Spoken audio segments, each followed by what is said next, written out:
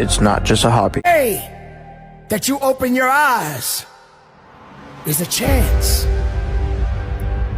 The words that you speak are very, very powerful.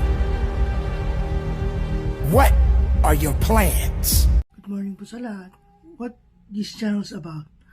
This channel is about how to overcome my current situation and hoping to inspire everyone having this injury called brachial plexus injury or BPI.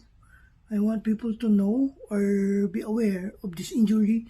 Brachial plexus injury or BPI is damage to a network of nerves in the neck extend to the shoulder, arm, hands, causing my symptoms like pain, weakness, numbness, and loss of movement.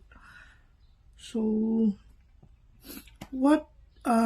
saan nga ba nakukuha or saan ko nakuha ang injury nito?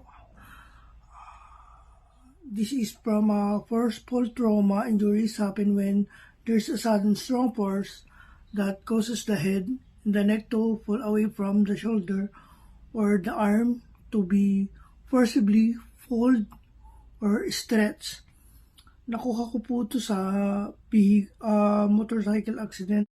So ayun na nga po, nagawa ko pong channel na to sa YouTube para maka-inspire and to be inspired na din. At sana may tutulong po ako para madagdagan naman ng lakas ng loob po yung mga may pinagdadaanan. So hopefully, humihingi po ako ng support sa inyo and nagpapasalamat na po ako at patuloy nyo po kung tinatangkilik sa aking mga videos. Thank you. God bless. Bye.